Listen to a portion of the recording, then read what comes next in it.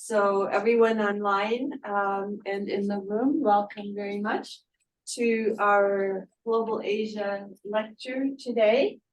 Before I introduce our speaker, I would like to draw your attention to the two upcoming Global Asia talks still this semester. The first being In Her Own Words, Romalia Papar, will be a panel discussion based on a documentary by Edie Abram. And the second one will be on Japanese travel history in early modern Japan on November 21. So it's now my personal and absolute pleasure to introduce to you Professor Ashley Thompson, who is the Hiram Woodward Professor of Southeast Asian Art History at SOAS, the University of London. She's a specialist in Southeast Asian art histories, and her expertise also encompasses literary and feminist studies, the study of Khmer art, history, civilizations, and the study of Theravada Buddhism. We were introduced to each other through a dear common friend, Steve Collins, about some 10 years ago, or maybe even a little longer than that, and have had a chance to meet and talk and interact around a series of conferences having to do with Theravada Buddhism. So this was a very fortunate meeting, and it resulted in her joining us for this presentation today. A little bit more about Professor Thompson's background. She earned her doctorate at the University of Paris and spent a decade working in Cambodia and Thailand in post-war reconstruction in the fields of education, art, archaeology, cultural heritage research, and management of a wide range of Cambodian arts. While getting her doctorate, she also was a lecturer in Khmer civilizations at the University of Fine Arts in Phnom Penh and an advisor to the Authority for the Protection and Management of Angkor. She subsequently took a position at the University of California at Berkeley and thereafter at Leeds. She has authored and co-edited several books and numerous articles, and just to mention a few, I'd like to point out her monograph, Engendering the Buddhist State, Territory, Sovereignty, and Sexual Difference in the Inventions of Angkor. And I highly recommend that book to you. And then there is a special issue of Udiyam, the Journal of Khmer Studies, that Professor Thompson put together with Pamela Ori, whom some of you in this room may know, on modern and contemporary Cambodian art and aesthetics. And finally, there is the Rutledge Handbook on Theravada Buddhism, which I highly recommend to you, containing several dozens of state-of-the-art contributions, and she edited that together with Steve Berkowitz. Currently, Professor Thompson leads a collaborative research project funded by the Getty Foundation entitled Circumambulating Objects on Paradigms of Restitution of Southeast Asian Art, a project at the very core of what I might describe as the mission of Southeast Asian art history at SOAS. And the project focuses on regional consciousness in Southeast Asian art, archaeology, and museology, and on the connected histories where art circulates in space and time and derives its meaning from shifting contexts. Indeed, this project is the focus of her presentation today, which is entitled Restitution on into Southeast Asia. I welcome you, and I'm so happy that you are joining us today. Thank you. Thank you very much, Juliana. I am very pleased to be able to follow up on our long-term exchanges on Theravada Buddhism in this context, and sort of shifting into the kinds of questions that I'm looking at today. So I really, really appreciate your invitation.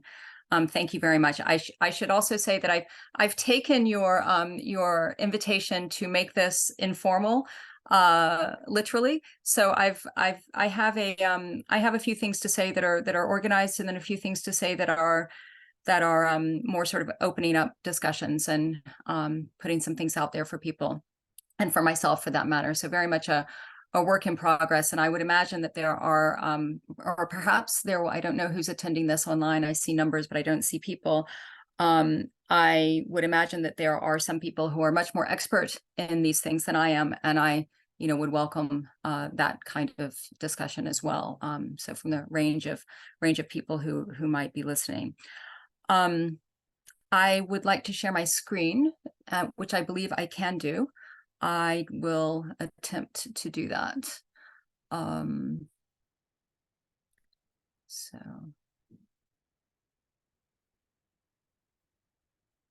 So can you see that? Yes. Excellent. Yes. Okay, very well. Okay, so you can see that. So here we are.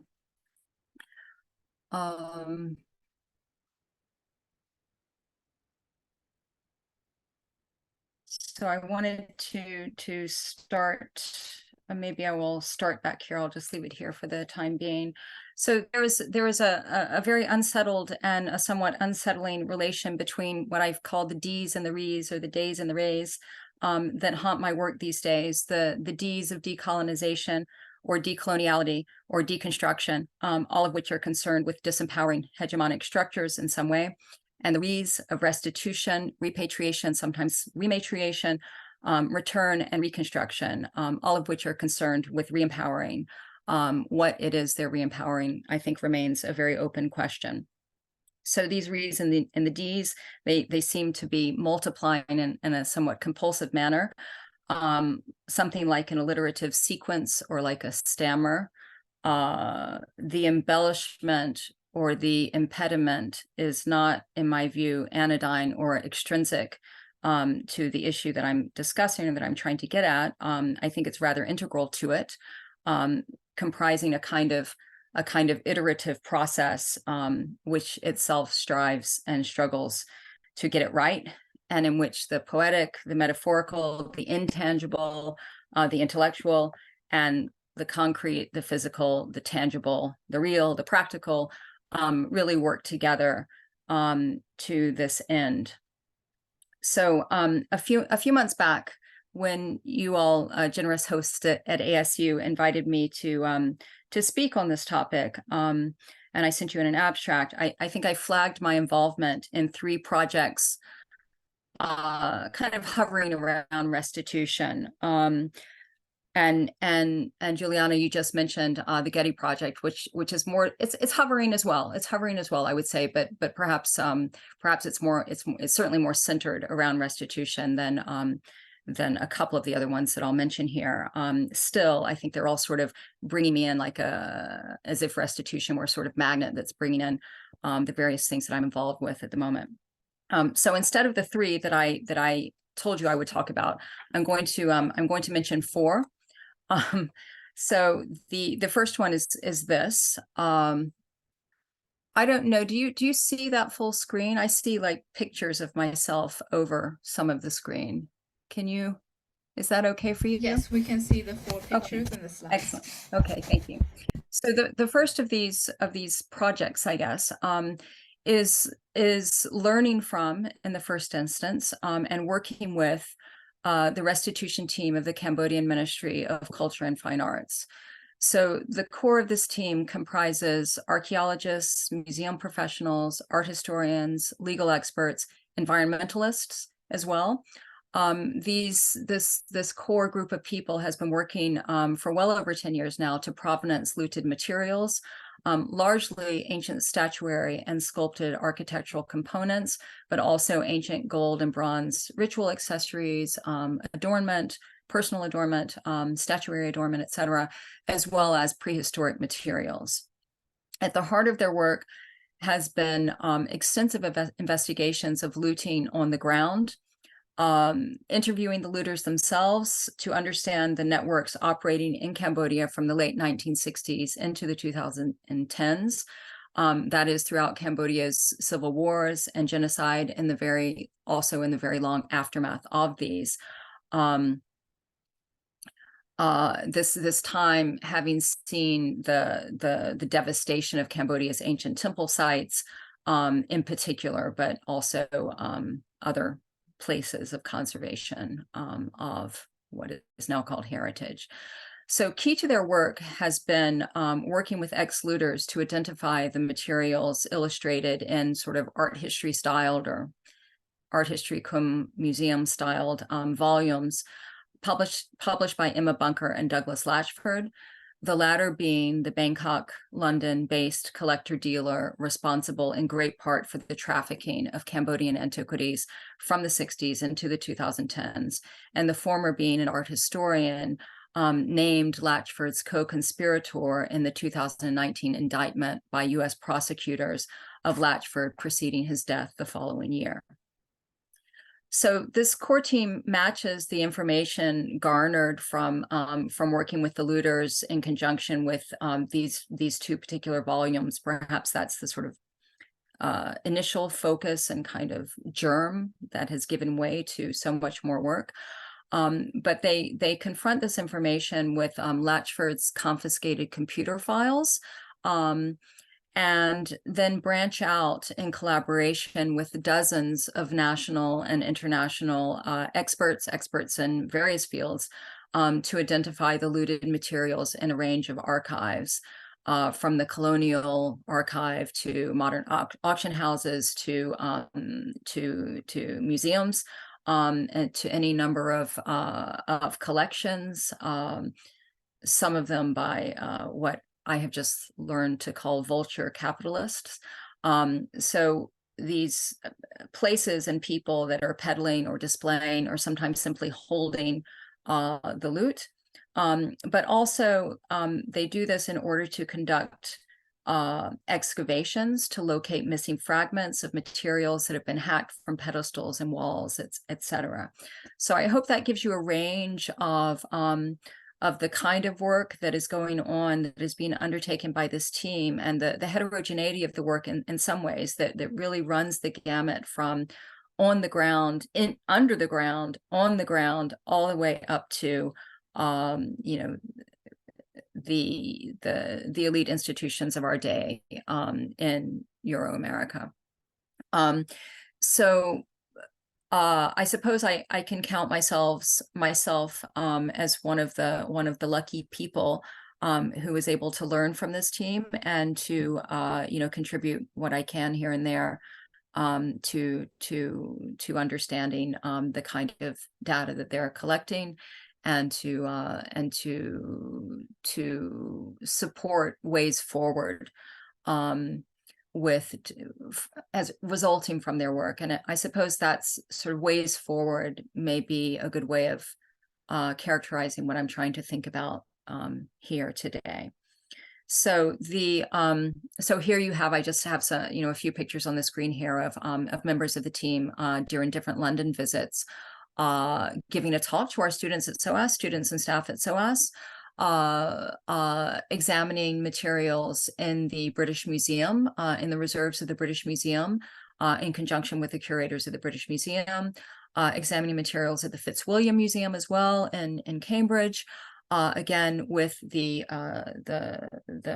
carers of that collection, and then also examining a collection of gold objects that were in the Latchford family collection and were in the process of, they were in London and in the process of being returned to Cambodia. So this is also with the Cambodian ambassador to the UK. So so that just gives you a sense of that work. Now, another project that I'm involved in that Juliana kindly mentioned is called Circumambulating Objects on Paradigms of Restitution of Southeast Asian Art. For short, we call it co-op. I'm very aware of the ambivalent nature of that name. As a native English speaker, I recognize quite quickly that one might call it to co-op in a pejorative manner. One might call it cooperative in a more positive manner. And I think that kind of ambiguity is something that that I think is at work in various ways in and out of the question of restitution in Southeast Asia today. So this is a collaborative project. It is a project with no output, I should say, from the beginning, other than thinking together. And I take my cue there in some ways from Juliana as well, with the Theravada Civilizations project that she ran with Steve Collins, that offered an exceedingly important forum for thinking, space and time for thinking together, for a group of people for a number of years, and for a sort of vacillating, expanding group of people for a number of years. In some ways, that's a reference point for me with this project. It's part of the Connecting Art History scheme of funded by the Getty Foundation. And what we are doing, it is just launched this year. So what we are doing is we've formed our group of, we have 6 people who started out with myself and Stephen Murphy, my colleague, a specialist of Thai archaeology at SOAS. He and I are leading the program, and we have a group of core people who are, as I'm thinking it, all recent, fairly recent PhDs, not entirely recent, but fairly recent PhDs in the field of Southeast Asian art and archaeology. Some working in London still, and some working in Southeast Asia, where they are from. And then we have recruited another group of people, so we're all together 15. And we comprise scholars, curators, artists, all with an orientation to Southeast Asia, the bulk of whom are actually Southeast Asian. And we will be meeting together once a year over the coming years to go through a series of readings and to visit a number of sites in Thailand, in Java, and in Cambodia, looking at what we have called the local epistemologies underpinning restitution of Southeast Asian art.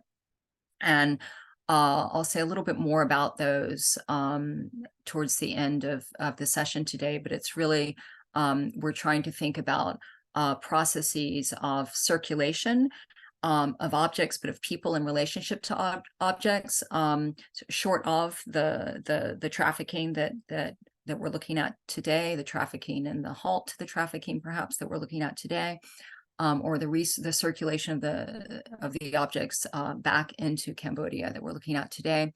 But the kind of connection between those, the current restitution and the sort of processes of circulation, are things that we're trying to think about.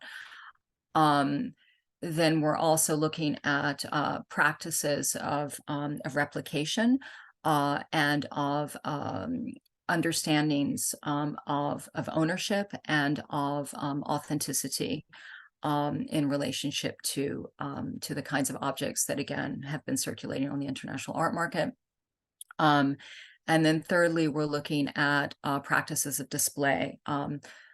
Perhaps outside of the museum context is the best way to state that, but I would say not exclusively so. So we're just getting going with that project, and you know, more on that, I hope, one day. The third project, which I kind of put out there as related to this, and it is very much, for me at this point, very much related to the questions that these questions of restitution, is a special issue of a journal which is on the topic of decoloniality in Southeast Asian art. It currently has the subtitle "The Place and Promise of the Pre-Modern." I'm editing this, and we have contributions from Pamela Corey, who Juliana just kindly mentioned. That was quite a while ago that Pamela and I co-edited the volume of Udaya. We're at it again, I suppose. And so she is looking at theory from historiography, and looking at the sort of the contribution under that rubric of theory from historiography of two important art historians, Panga Ardiansha, who is looking at some work that has blossomed out of his PhD dissertation on what he's calling here the Hindu-Buddhist hauntings in 16th century Indonesia. So he's looking at relations between the sort of colonially segregated sites of Hindu-Buddhist and then Islamic Hindu-Buddhist sites and Islamic sites and Islamic practices. So he's looking at the complications there and challenging some of the extant historiography in that regard. Salmia James, who is looking at some questions of gender in Angkorian materials, landscapes and sculpture. Nam Kim, who is looking at the sort of movement of archaeology over time in Vietnam, and in particularly sort of moving into nationalist and then decolonizing context. Sing Sok-ha, who has long worked at the National Museum of Cambodia and the University of Fine Arts in Phnom Penh, which is closely related, as you will see here later in my talk, who is looking at the evolution of display at the National Museum of Cambodia. Christina Wan and Marianne Pastor-Rosas, who are looking at some work that they have been doing for quite a while now on the Philippines, and mapping objects across the world, mapping Philippines objects in collections, as it were, across the world. So mapping as remembering. Finally, we're very lucky to be working with Erica Tan, who is a practicing artist as well as an academic, but working with her on her sort of art contribution to the journal, sort of reworking some materials that she has done in video form and print form elsewhere. So I wanted to put that out there, and excuse me for citing all of those names, but as I said in opening, I think that in some ways what I'm doing here, perhaps most particularly with the Cambodian team, but nonetheless elsewhere, also with the Getty and also with this particular issue, is very collaborative. And I feel that I am very indebted, very, very indebted to my colleagues for really spending the time to do this work, but to exchange together and with me in this work. So that's one of the sort of obvious D's that goes along with my R's of restitution. I suppose I should say also here for this particular special issue, I think the impetus for it, for me particularly, was trying to work through some questions regarding the imbrication of certain modes of art historical and museographic work in the development and then the explosion of the trade of looted Khmer art. So, or ultimately in the looting of Khmer art and the illicit trade that facilitated and not only facilitated but made that happen. And so the sort of questions of methodologies, of art historical methodologies, that I think are really quite important in understanding the rise of the art market, particularly for looted materials. So that's where I stand with that volume, and yeah, so I'll just leave it at that. The last project, which is perhaps the most peripherally related to these, is a contribution with Roger Nelson, and I've added Sion Supiret in here because he has been quite important in discussing some of these questions with me recently, and so we'll see the form that this piece takes. But it's it's the Cambodia contribution to a collaborative project that is out of the University of Pennsylvania, in fact, Digital Humanities. And I'm doing this Cambodia collaboration with with the two people on my screen, with Roger and Sapita is having a lot of input at the moment to some of the questions around the Mahabharata that I think are important. So my contribution here, which my sort of bit of the work here, is on epic literature, performance, and the monumental. And it's inspired by the epic return of statues that you can see on your screen here. This is a screenshot, by the way, of their website, of the National Epics website. So, and of our little Cambodia, the beginning of our little Cambodia blurb on it. So it's, my contribution is inspired by the epic returns of a set of statues from Cambodia's 10th century Koke temple, returns that have been made over the past decade. And I qualify these terms as epic for the monumentality of the pieces themselves, for what they represent in real ancient terms, that is a staging of an episode from the Mahabharata, in conjunction with historical interpretation, a historical staging. So the mythical and the historical coming together in what you see through its reconstruction of the National Museum here. For what they have represented in restitution terms, setting in motion the mechanisms of international collaboration, which would lead to the return now of hundreds of ancient Khmer objects, again, looted between the 60s and the 2010s. Epic also, I think, for what they have triggered in the in curatorial practice at the National Museum, insofar as while the statues that you see on your screen here that have been restituted, with one missing, as you will see, they are set within the museum's traditional art historical evolution story, running chronologically from the pre-Angkorian period up into the Angkorian period. So they're set where they should be set.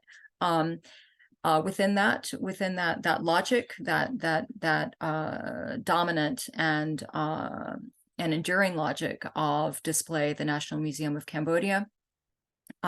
However, they interrupt that logic insofar as you can see here, the two central figures are made to face each other, with the observing figures around them, as they were at their original temple site, and in such, they turn their backs to the viewer. The viewer is not inside this to look at them, to gaze at them frontally, and to assess their aesthetic value in the way that almost every other piece in the museum is. So they in a sense, while they function within the paradigm of art history as it has underpinned the development of the National Museum of Phnom Penh, they also resist that to some degree, and lay a kind of claim in their curatorial arrangement, lay a kind of claim to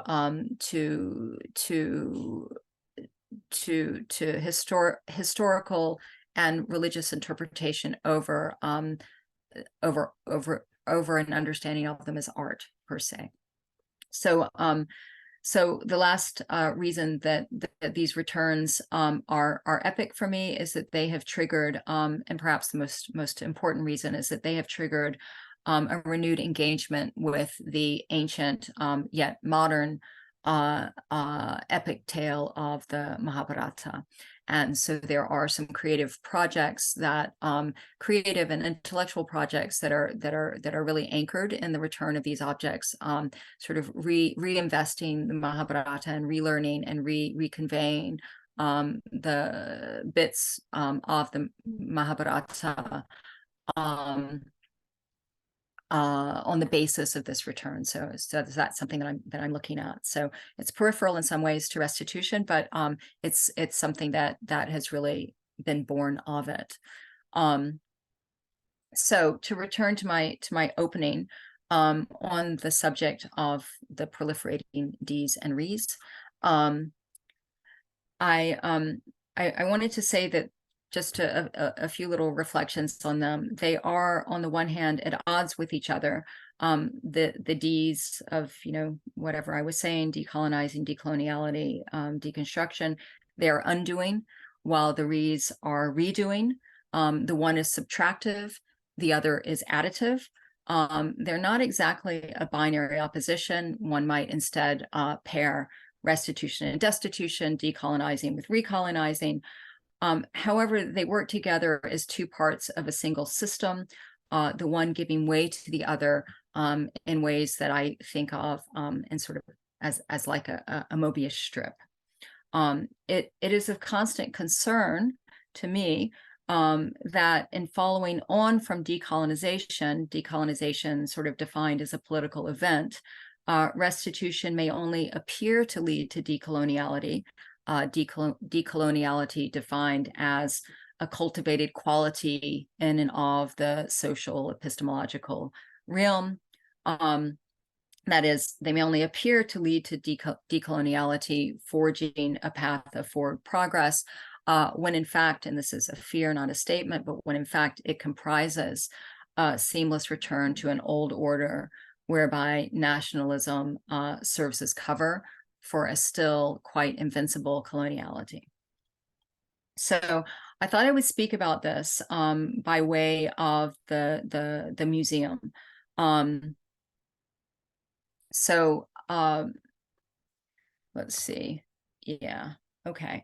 So yeah, by way of an example of taking the museum as an example, or as a sort of quasi-defining principle of restitution. Okay, so a common condition for the restitution of stolen art globally is the existence of a museum, preferably a museum widely acknowledged as the principal site of representation of a sort of homeland from which an object can be restituted, and a museum widely regarded as functional to some degree of a supposed international standard. In Cambodia's case, the National Museum in Phnom Penh has played a very key role in securing the return of looted objects in both symbolic and real terms. On return, objects are reintegrated into national collections. They are blessed in mediatized ceremonies at the National Museum. I think I have some images here. Yeah, a ceremony at the National Museum of the return of the gold objects that I showed you images of earlier in a London warehouse. Here, the return inside the entrance to the National Museum, that big Garuda behind them, you will see later in the presentation. So members of the restitution team, members of the museum staff, members of the ministry, and the minister herself with one of the sons of the then prime minister, displaying the materials restituted, but also displaying an agreement, the contract, the achievement of the return. So mediatized ceremonies in the National Museum, or curated by National Museum staff at the seat of modern political power. This is in the Council of Ministers. Here is the excuse me, I'll go back to this, the Ganesha that you see here in its crate. I'll tell you a little bit more about this in a moment. And here at its return at the National Museum, inside its crate, the crate having been opened. Here you see it, one of the stars of a return ceremony and of an exhibition curated by National Museum staff at the Council of Ministers, with the Minister of Culture there off to the right, and in the center of the image there, of course, the Prime Minister at the time making an offering. So they are stored in museum reserves. They are also, as I have said, they are displayed within rooms in the museum. They are also displayed on banners on the facade of the museum. So, so these are restituted objects, and that image of restitution, in a sense, the museum itself is clothed in that, is presenting itself also on its exterior through that imagery. So although the National Museum itself has not led the restitution effort, that is the National Museum as a constituent, one of the many constituent institutions of the Ministry of Culture and Fine Arts, while the Ministry of Culture and Fine Arts is leading this, the restitution effort, the National Museum itself has not led the effort themselves. Without the National, it seems to me that restitution would not have happened. However, while the museum is the condition of possibility of successful restitution as it is practiced internationally today, it is also, I think, the condition of possibility of its failure to cultivate decoloniality in the wake of decolonization. So that's a kind of question that I have, and something I think we need to sort of take quite seriously and work with and work around and work against in some ways. So the museum is the condition of possibility of restitution. The museum is the condition of possibility, not of failure, but the condition of possibility of failure to cultivate decoloniality in the wake of decolonization. So the National Museum of Cambodia is a stately colonial building set next to the Royal Palace. It was designed by French authorities in the early 20th century to harmonize those local architectural traditions signaling sacred power with colonial taste and civil social engineering. The structure, which also encompassed an art school, here you can see this bit being the art school, this bit being actually the museum. So I should say that the school encompassed a museum in its very early days. It also encompassed a shop for selling the art school wares. And it was a privileged site for the production of knowledge at the service of the colonizing slash civilizing mission. So from the outset, the museum complex served two audiences: foreigners cultivating an appreciation of art, archaeology, and ancient history that objects were made to tell through display, and Cambodian art school students who were taught to reproduce the art, as it was called, of their ancestors. So here you have some images both of display and of art school students. And here you have a few more images from this site, a school and a museum. So also some display of objects produced by the students, who in a sense are here also on display. So from my perspective today, I can only see these two audiences to have functioned simultaneously as components of the museum's display. The seemingly servile students and artisans practiced under the watchful eye of teachers or colonial administrators and museum goers in a dynamic staging that paralleled the human zoos of colonial expositions in European and later American cities. So while the art school students observed those observing them and their ancestral sculptures, the experience was meant to inculcate in them the type of knowledge of and respect for Khmer art cultivated by and for foreign colonial subjects at the museum. So the colonial Cambodian museum complex operated at once the transformation of ancient sculpture and modern Cambodian sculptors into art for museum display. Of course, one type of art on display was confirmed as dead in the museumification, while the other was displayed live, even as the display transformed the colonially trained living artist into one in a series of specimens for colonial consumption. However, the binary that I've just kind of flirted with here is I think, a bit insufficient. A first disruption of that comes with an apprehension of the ways in which museum cum school complex, that site, also inculcated in the students a critical eye, and an eye operating on the order of Homi Bhabha's mimicry, that is, a learning comprising or giving way to a strategic appropriation of the master's tools. In this case, appreciation of art. nor is it sufficient. Maybe I can, yeah, there, a close study of the imagery of a close study of the gaze in many of in the colonial records of the school / museum is really very interesting. And so you will have noted, if you go back and look at these images, or if you have them in your mind, some that I've flashed on your screen already, that there is a return gaze in many of them. This is an interesting one where their backs are turned, the students' backs are turned, they are hunched over their work in straight rows, and one student is looking back at the camera. I will have a call out here to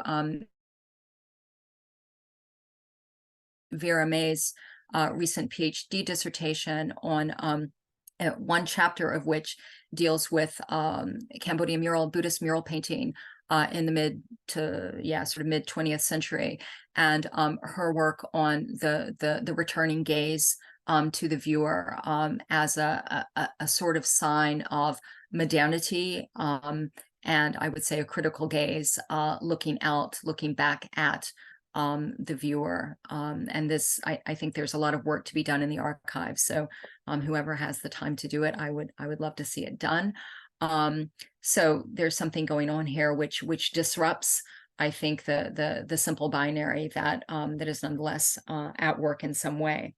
In another image, and this I flag Siang Soka, who is part of the special issue journal on decoloniality in Southeast Asian art.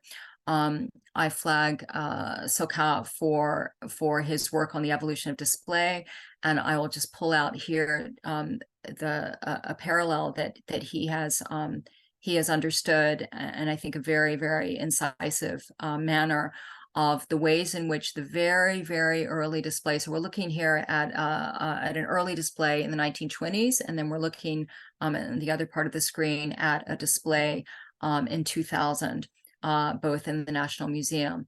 And you will note that they're both on tiered pedestals, a 3-tiered pedestal.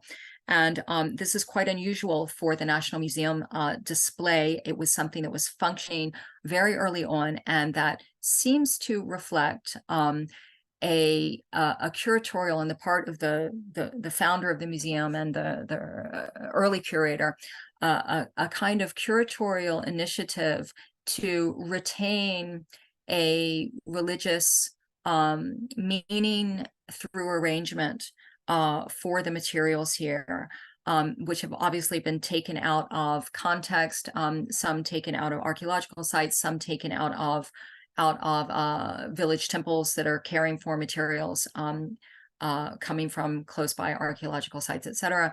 The 3-tier display very, very explicitly cites the central altar of Theravadan Buddhist worship hall. So a modern arrangement of statuary on in a practicing what would have been a practicing Buddhist context in Cambodia in the early 20th century. What you see on the right is a curatorial initiative at the turn of the century by the director of the museum at the time, Kun Samen, who was looking to reintroduce, to break up the chronological development of the chronological unfolding of history that display of objects in the museum told. So sort of putting them into a context and making them do the work of art history and do the work of history, and in that sense separating them from the work of religion and of a very localized weaving of social fabric that they would have done within a Buddhist temple complex in the 20th century, be they ancient Hindu statues. So he's looking to reintroduce that, and what he reintroduces is a display of materials that had never been displayed, and that is post-Angkorian so non-classical in the typical art historical sense, post-Angkorian Buddhist statues. And he presents them in a way, again, that would be found in an altar setting inside a Buddhist worship hall. And so you can see a kind of communication between these two, such that I hope that that sort of disrupts the binary insofar as you see the French colonial Grolier at this time, the French colonial founder, artist, curator, scholar, looking to do it right in a sense early on. He encounters resistance, and I'll let Soka tell that very interesting story. So all of you are warmly invited to read his piece inside the Decolonizing volume once it appears. So I wanted to tell two little stories to kind of open it up here. Two little stories that are sort of also about the periphery of the that I wanted to think about the museum as the condition of possibility of restitution, but also the condition of possibility of failure of restitution to move towards a decoloniality and to reiterate some of the structures of the colonial. And so what I want to look at here is ways in which the museum, the National Museum in Cambodia, I might say the museum in Cambodia writ large and sort of broadly defined to also include other extra museum spaces of display. The way in which they disrupt that, and the way in which the museum in Cambodia is not, and my guess is will never be the museum in Paris or in New York, or while meeting that standard is a condition of return, also disrupting that standard is, I think, perhaps will be more and more considered to be a condition of return. That is, finding ways in and out of the museum to make the objects meaningful, not to give them the same meaning they had 200 years ago or 800 years ago or 50 years ago when they were stolen, but to draw from their capacity for producing meaning in somewhat of an organic way, to allow that meaning making to happen. And I think with this Ganesha, we see some very interesting things happening. So I just wanted to sort of put this out there. So what you see on your screen here is the crate in which that monumental Ganesha, the 10th century piece, returned to Cambodia, and you can see quite clearly on the crate the name of Blatchford, so the man who was indicted in 2019 by U.S. authorities for masterminding much of the looting and trafficking of Khmer art for more than 4 or 5 decades. And it turns out that he had lent this piece to a German museum, Juliana, to a museum in Berlin, and had subsequently sold it. And this is also, the sort of networks of lending to museums, giving value to the pieces, giving highlights, etc. So that sort of passage through the museum and the art historical work that goes with that. It was in the museum. It was in the museum in Berlin. It was sold. It was sold to Jim Clark, so wealthy American, and who had a very important collection, and who handed over his collection once all of this came out. But it was sold to him, and you can see on the thing here that the name of the German museum is still on the blue form. It seems as if it was directly sold to the American collector out of the German museum. And so the museum is a sort of staging ground for sales, is something that is appearing more and more common in the work that people are doing around this topic right now. So the piece came back to Cambodia ultimately, and research has has allowed for the location of the pedestal or elements of the pedestal held in the conservation of Angkor in a conservation reserve in Siem Reap province at the Angkor site. And there was a planned restitution of this piece in the National Museum workshop.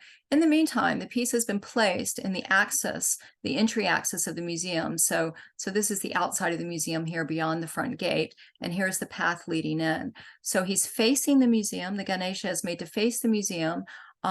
Visitors actually enter from here, but this is the eastern entry access. And he's functioning there as a kind of guardian figure in a very traditional manner. And so he receives offerings. So the offerings that you saw at the Council of Ministers from the Prime Minister himself, those are not, yes, of course, they are staged at the high level and they are mediatized, but certainly the offerings in the relation to Ganesha in the museum precinct is not in any way restricted to the elite.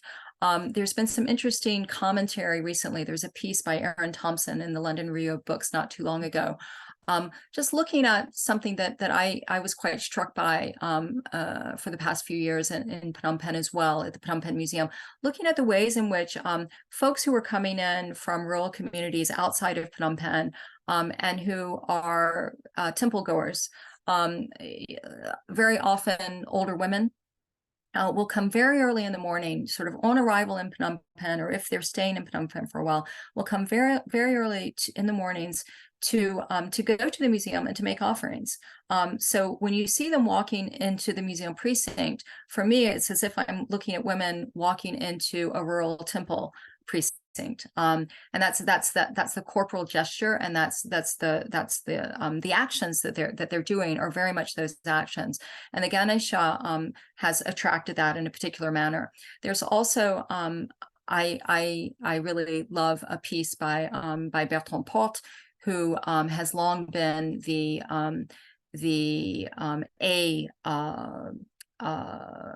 restoration stone specialist inside the workshop, the restoration workshop at the National Museum, a piece that he wrote in a collective volume about the different kinds of things that are in the garden of the National Museum, from flora to fauna to spirits to statuary fragments to molding fragments, and they all have their place and their meaning and their care.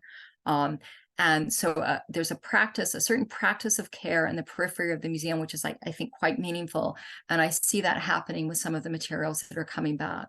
So that's one sort of story to think about, the transformation of the piece, which had become an art object in a museum and then in a private home collection. But then on return, has not been returned to the temple, has not been yet reintegrated into the museum, although those are the plans once it undergoes a restoration, but has something of an evolving organic role in the periphery of the museum, which is, I think, quite interesting.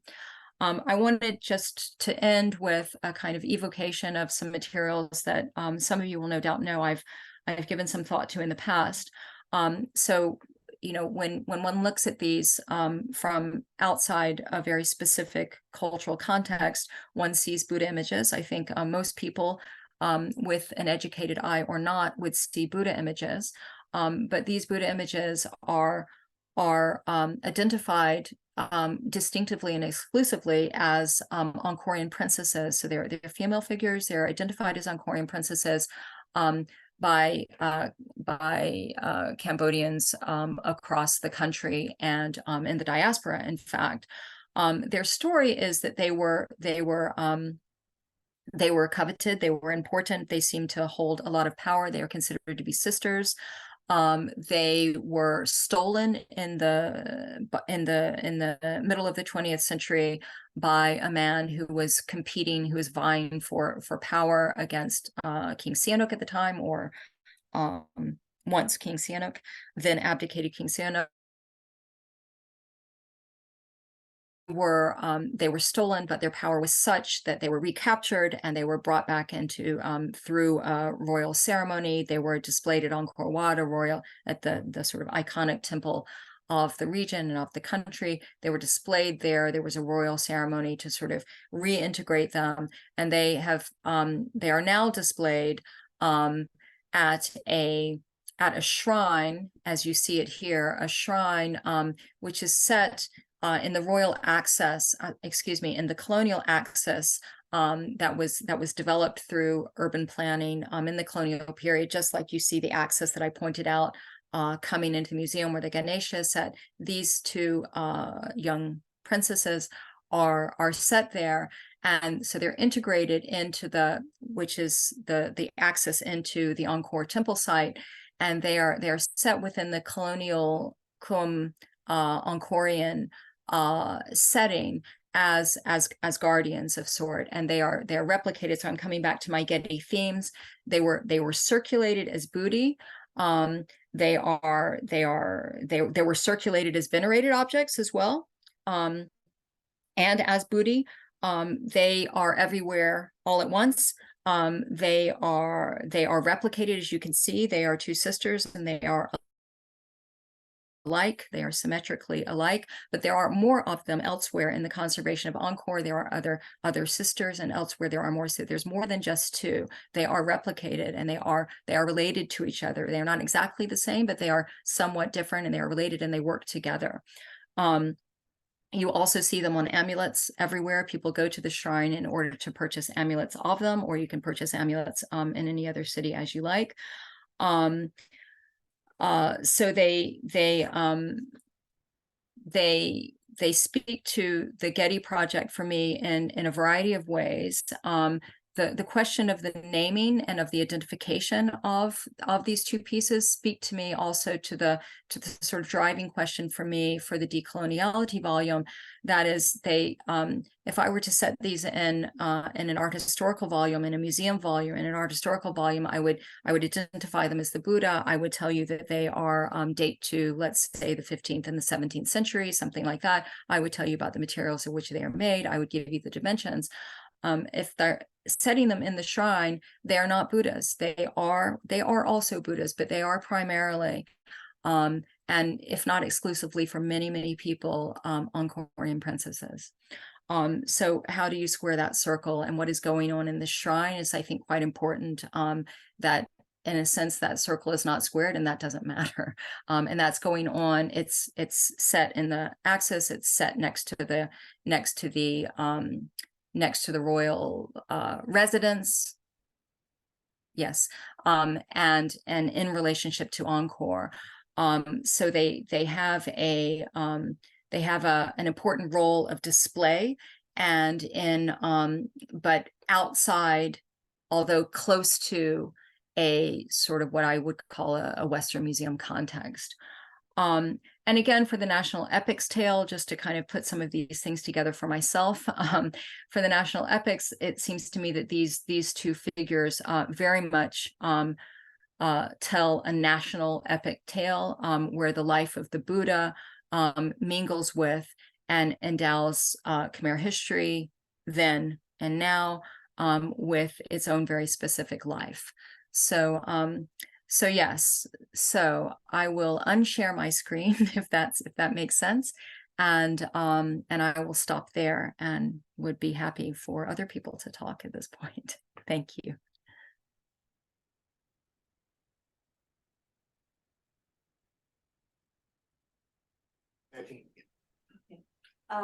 Well, thank you, Ashley. This was so wide-ranging, and it brought to mind so many ideas and questions. I really appreciate the breadth of your presentation and the many questions that you are raising with regards to your work. And indeed, it is so, the issue of restitution is perhaps just as complex as the issue of theft. It struck me that, and I do want to invite our audience to be raising your hands if you have questions that you want to address to our speaker. And then perhaps Mulong, do you have access to that? Yes. Then maybe you can call upon individuals and we can carry on the dialogue here. But in the meantime, I just wanted to say that I was struck by the fact that as objects, so-called objects of art, which are really religious material objects, right? Material religion, as they are reintegrated into a cultural context from which they emanated, they also take on again these traits of being venerated as relics or other kinds of material manifestations would be, and as cultural conventions would dictate who would pass a statue like that and be so disrespectful as not to make an offering. And so it's so interesting to see how, in a way, if one were to think about etymologies of how objects are appreciated, what they are appreciated for, we can, I'm sure you and many others can speak at great length about the aesthetics of the object and what it displays or represents. But then I also wonder if you might speak to the aesthetics of a reintegrated object. What is the value there? And it's very interesting to me how the registers shift with contexts of what determines value in what particular context, and its exchangeability, its circulation, its movement through networks. And yet I also wonder, what is it, how do Cambodians, how do Khmer people perceive these images as they are being returned? What is the value to them? Thank you, Juliana. My internet cut out for a moment there, but I heard certainly the end of your question, so I'll get to that. So the aesthetics of the object, the aesthetics of the reintegrated object. I mean, I think for me that's really an essential question. And it seems to me that there is, first of all, dressing seems to me quite important. So if you look at the Nyingchek Nyingcham, I don't know if that's still on your screen there, but the Nyingchek Nyingcham, the two Angkorian princesses, they are adorned, and that adornment seems to me to be quite important. If you look over the image of the two figures there, there is an umbrella, a multi-tiered umbrella over their head. Over the Ganesha, there's an aluminum roof set over the Ganesha, easy access, cheap material, right? Set in there. But there is also a traditional canopy, which takes the place, so a cloth canopy that is hung under that roof, which takes the place of the multi-tiered umbrella in that particular context. And so that's a kind of dressing, a kind of adornment. It is the image is not naked, whereas the aestheticization of the image in the museum is naked in that sense. It's presented for its modeling, for its texture, for a certain type of, a certain sort of standard of coloring of stone that has been accepted as the appropriate one or the accurate one or the original one in a certain sense. But that strips away all kinds of things, including, let's call it adornment. through paint or lacquer, this kind of thing. So so I think there's a very there's a way in which the returned objects can even in the museum setting or in the periphery of the museum setting or in other settings, they can become clothed again in a certain way, which I think it has some importance for people, but also for understanding the aesthetic. I think from if I were to sort of don an art historical hat to say, what are the aesthetics of this object, their value, their aesthetic value is also in their adornment. So I think that's something that is probably going to, I will see, but I think there's likely, within the context that I'm looking at, there's likely to be a sort of shift in museum practice with regards to the nakedness of the object. So that's something to think about. And there's been a shift in museum practice in some ways. For example, the Guimet in Paris, in their most recent catalog of the Guimet, of the Khmer collection, at the Guimet, they chose an object which had not been restored in the traditional manner of the museum. That is, the layers of paint had not been removed from the object, and so that object is a Buddha statue. That Buddha statue that statue is on display with its layers of red and black and gold. It's on display, and then it's also chosen as the piece on the volume. And I think that's really a gesture on the part of the curators to acknowledge the kinds of questioning that I think restitution has propelled forward and is propelling that much faster now. So so that's one thing. I think there's also I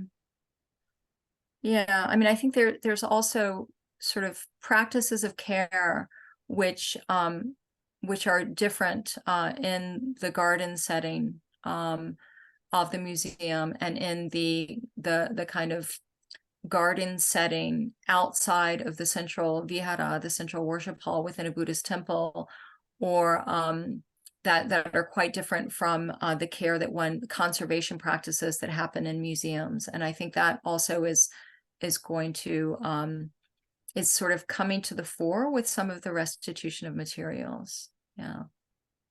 So Paul, I don't know who's running this show, but I can see that you raised your hand. So Paul, nice to hear you. Can't see you. Well, I'm not allowed to have my camera activated, but I would if I did. But I see your picture, so that's nice already. Oh, yeah, well, now. Okay. Yay, now I've got my camera feature, and I'm sorry, I just am not dressed appropriately about that. So hey, I serve on a board. It shall remain nameless as such because it would reveal too much as to what I'm about to say. But certain members of the board, who tend to be wealthy and not Cambodian, are very sensitive to the narrative that is, certain individuals have been looting or helping to facilitate the looting of these relics, and they've ended up in private collections, they've ended up in museums. But for these individuals, it appears that their view is that these objects would never see the light of day if this hadn't happened to them. And it's not what you would expect, because obviously I'm deeply offended by that. But it seems that the more I push the idea that, wait a minute, what are you talking about? It seems to me that they need to be returned, and the right thing is happening for these individuals. It is literally an alternative reality of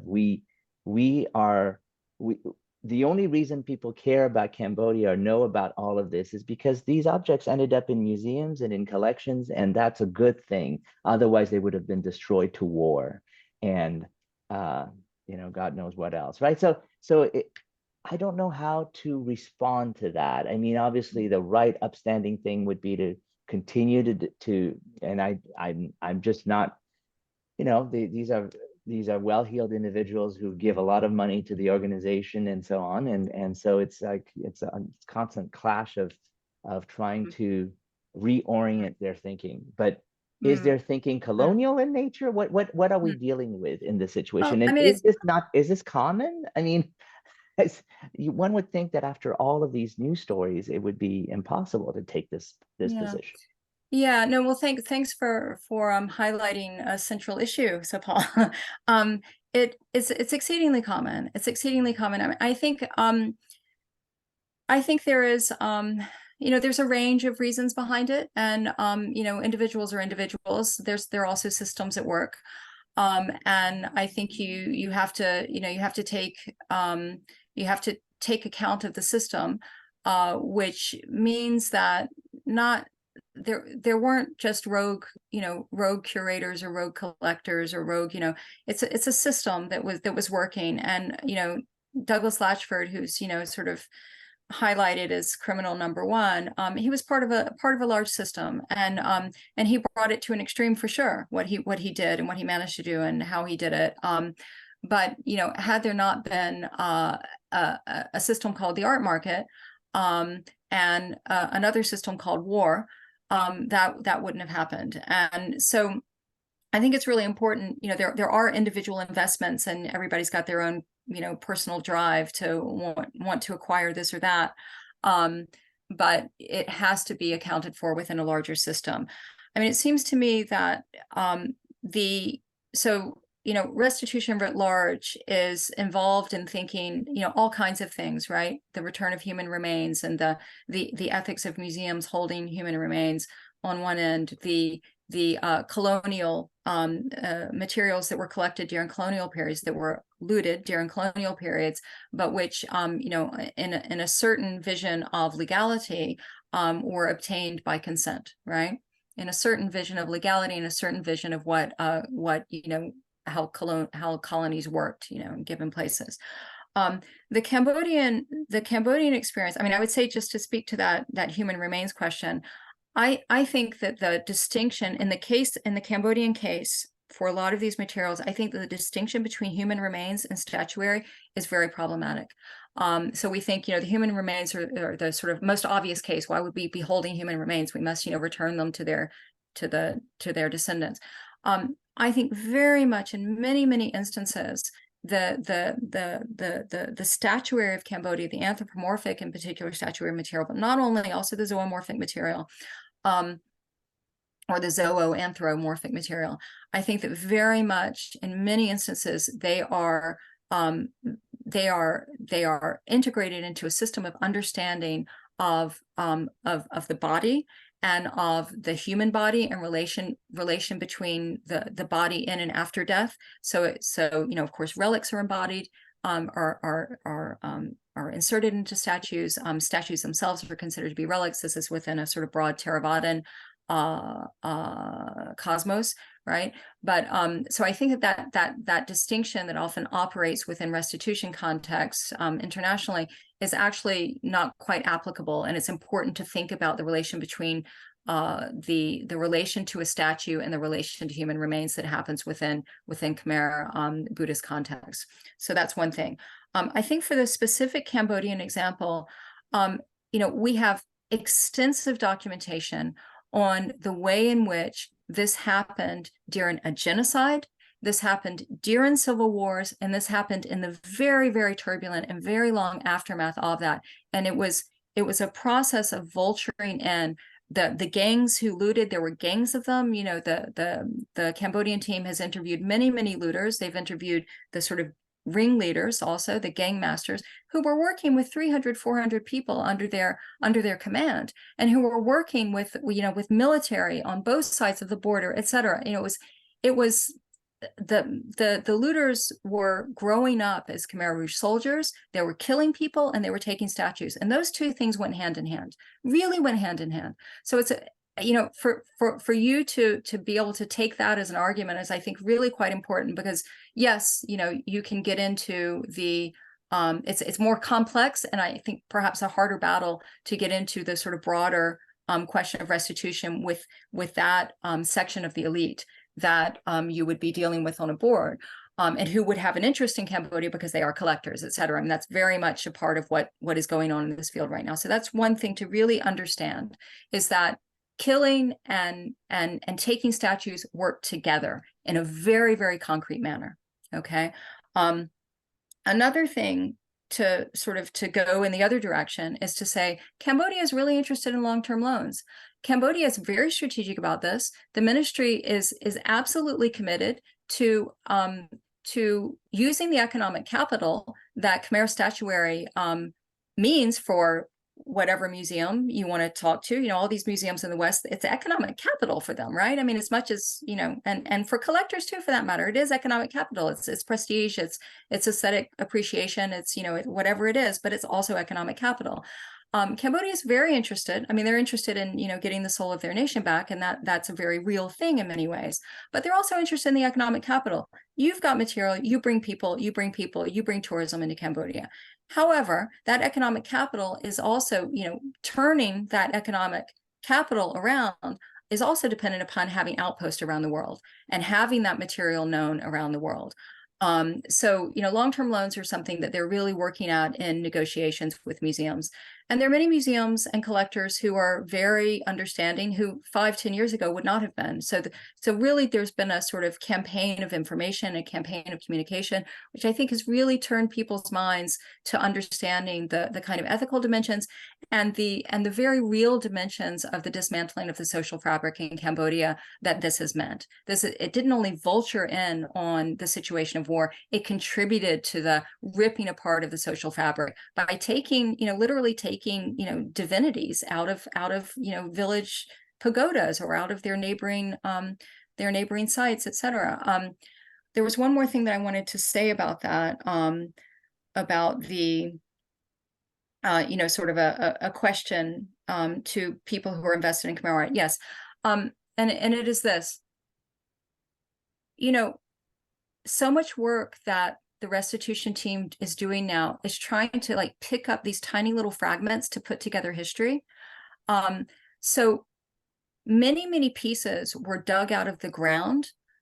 They were ordered. So there were sites that were designated by Latchford himself, by, you know, people with whom he was working. They were designated as sites to loot. And so there were, you know, savage excavations by, you know, expert looters who really understood the lay of the land and understood where to find something and where not to find something, and they learned and so that brought stuff out of the ground that you don't know where it came from, right? You can't, you know, there were just savage excavations and then went onto the market. And so a lot of the work that's going on now is to really tie the information back together and sort of figure, okay, we found this bit of a body.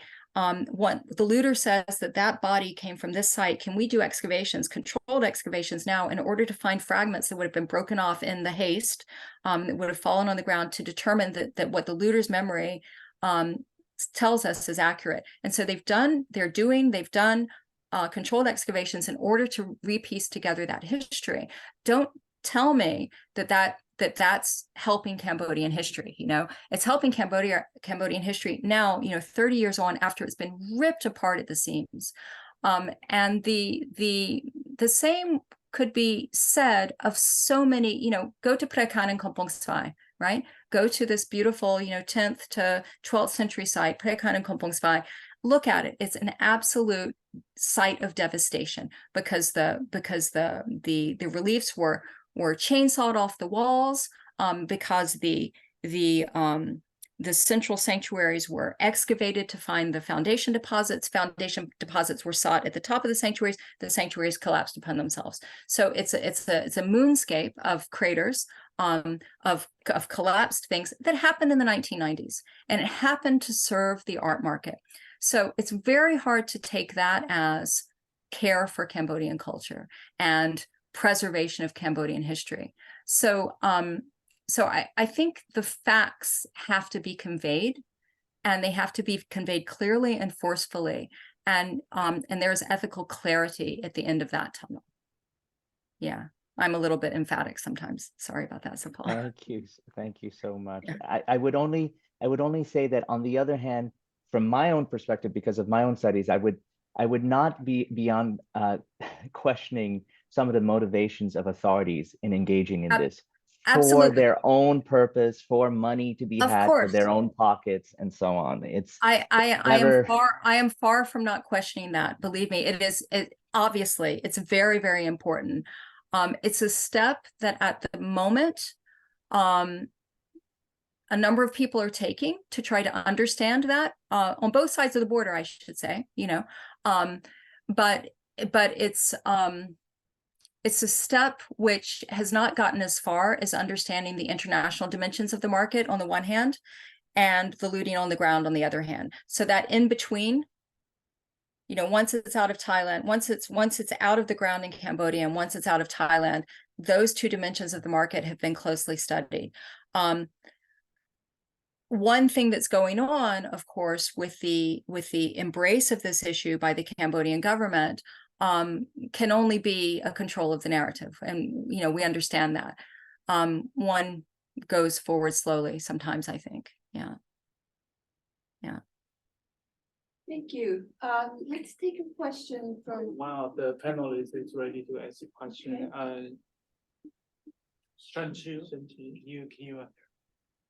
Yeah, can you all hear me? Yes. Okay, thank you, Professor Thompson. It's a very interesting presentation, and we are joining from Professor Brown's class because we are talking about like the history of collecting Asian art, so it's very relevant to us. And my question is kind of very general because myself, I'm sorry, I'm not very familiar with like Southeast Asian art, but I'm also very interested in the idea of repatriation and reinstitution. So my question will be, for some more fragile objects like murals, what are the possibilities to reinstitute them? And also for those artworks from like a very site-specific location, for example, I noticed that there are some Buddhist sculptures are missing their hands or their body or everything, or the whole sculpture in the temples in Cambodia. Yet I witnessed some temples like falling or half fallen into pieces during my visit in Cambodia. So in that case, what would be the best way, or what would be the possibility to put these objects back to their original context, and what are the possibilities of doing that? Thank you so much. Thank you. Thank you very much. I don't have an immediate thought on the question of murals. So there has been a lot of attempts to keep old murals from being torn down to make new murals, or from old viharas being torn down to make new ones. And that's, I think that's an ongoing struggle. It's different from restitution. It's more of an internal question, although it's quite tied into sort of transnational economies with the diaspora. But I'll sort of set that aside, and I'll address your site specific and the possibility of returning materials to the site, to the sites there where they come from. There is it's my understanding that the Ministry of Culture and Fine Arts in Cambodia is prioritizing planning for a site museum at Koke, so where an important site in the north of the country that was severely looted, and there's been a lot of archaeological work up there. And a possibility for developing some sort of kind of, I want to say, open air interpretation of the materials, and so bringing materials back there. So I think there's a lot of focus on that at the moment. More broadly speaking, to bring materials back to temple sites is, I think there's a lot of thought on that. There's a lot of it falls into that sort of question of what kind of care, what kind of conservation, and what kind of security is needed for these materials that have been brought back to Cambodia. And so I think that's to be continued. It's not something that is automatically done in any way now, for security reasons, for conservation reasons, also for reasons of a need for analysis of the materials. So for example, that the Ganesha that I showed you it requires significant de-restoration before it undergoes any sort of conservation care for any possible restoration in conjunction with the pedestal, et cetera. Because for the market sale, well, first of all, during the looting, and this is also to respond to Sopal, during the looting, different bits of the it will be easier to transport an object if pieces are broken off. So many different, a piece can be broken into different bits and then put back together.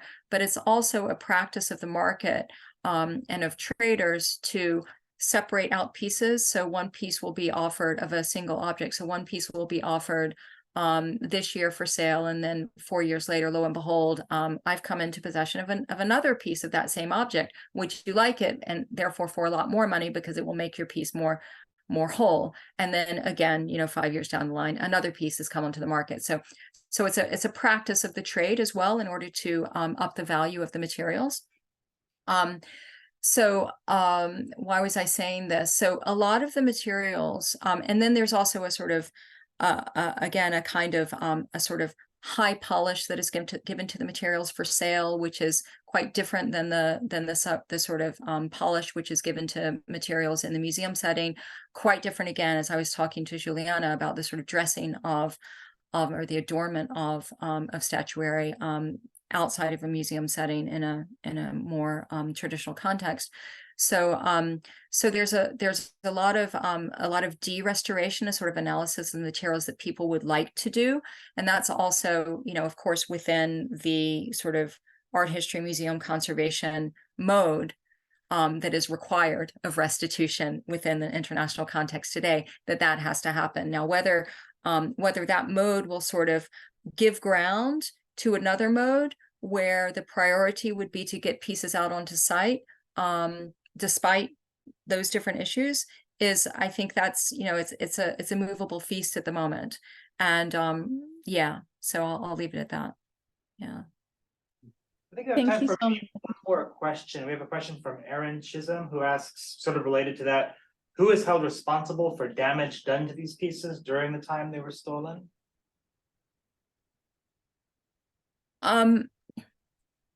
So by the looters, is that what you mean? Are the I would looters responsible? imagine probably so, but also, I mean, any Yeah. other, Yeah. that's how I interpret it. So the looters, the Cambodian government stance has been to, and this is also sort of speaking to Sapal in some way, the Cambodian government stance has been to give immunity to the looters. And they've worked very closely with many looters, and that has led to incredible sort of, I think, world-leading success in identifying materials and in developing the historical knowledge that, as one of my colleagues on the team recently said, the looters don't obey the rules. They don't obey art history rules, and they don't say, oh, there's nothing from the 8th century here. The looters go find something, then it turns out it's 8th century, and we discovered that, wow, there was all this stuff going on in the 8th century in this area, right? So working with the looters has been a way of developing historical knowledge from very, very different. They have intimate knowledge of the materials. They have intimate knowledge of the landscape. They have intimate knowledge of the archaeological sites, really of the very, very discrete gradations of the land and how that reveals information about history. They're stunning in that way. So being able to work with them has been very important historically, and it's been very important in a practical manner to identify looted materials, when to date the looting, to identify them, and then to find the pieces and to find the other fragments that go with them. So in that context, and then in the broader context that Sapal was referring to, the Cambodian government has given immunity.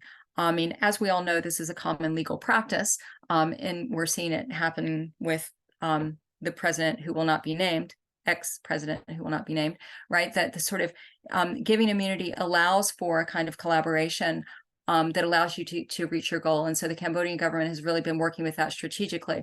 Now, no doubt it also, as you go higher up the chain, no doubt it also immunity of that sort or not holding responsible of that sort serves other purposes as well, of course.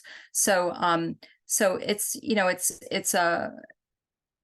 that's a question that that museums ask, well, you're holding us responsible. What about the people who stole it, right? What's the double standard here? Well, I think I've, tried to lay out that it's not strictly a double standard, that there's a strategy, and there's also a market, and there are also different levels of vulnerability and different levels of power and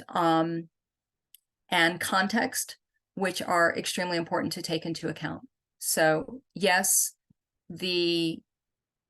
at this stage, in a sense, I don't want to say the art market or the elite are being held responsible, because nobody has been prosecuted other than Latchford, and that was by the American authorities. So, in collaboration with Cambodia, people who are returning their collections, having understood the context in which they were extracted and the ongoing care that Cambodia wishes to give these materials, many people are coming forward. And even when they're not coming forward, when they are approached by authorities, then they are not prosecuted. They are working out arrangements to return the materials. So yeah, I think there are different ways. I mean, for the looters as well. The one kind of spectacular looter who has been mediatized in a certain sense, because he's also been very, very influential in sort of getting other looters to support the identification of materials. And he in particular, as I understand it, I never met this man, but he died a few years ago. He, as I understand it, really not to in any way exculpate the evils that he embodied in many ways, from, as I was saying, the sort of range of Khmer Rouge practice. But he took it as a path of redemption before he died. He had cancer, and he took it as a path of redemption before he died, and as a way of and not righting a wrong, because it's not his place or capacity to do so, but of providing information that would allow a kind of righting of historical wrong. I think that's really how he experienced it. So was he held responsible? Not in any legal manner. Was he held responsible in a sort of larger personal moral level? I think yes. I think that's how he experienced it. That doesn't help, perhaps, but yeah. It points to the complexity of these issues. Mm. And it's so easy to think that, oh, we're talking about returning art objects to their places of origins, and yet that process is so complex and multi-layered, and really has impact locally and globally and everywhere in between. So it's living art. It's not just museum art, it's also living art. Thank you. I wish we could go on talk for another couple of hours. I think that it was so interesting at so many different levels, and I really appreciate you taking the time today to introduce us to your work, and thank you very much.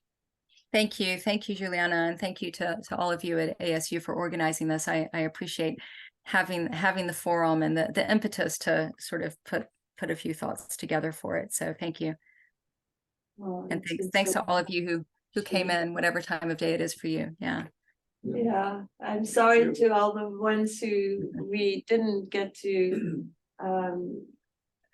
or we ran out of time to have you ask your questions, and I hope that you will continue to pursue your interest in this area. So thank you very much. Okay. I appreciate it. Thanks. Thank you. Bye-bye. Thank you. Thank you. Great to see you. You too. Take care.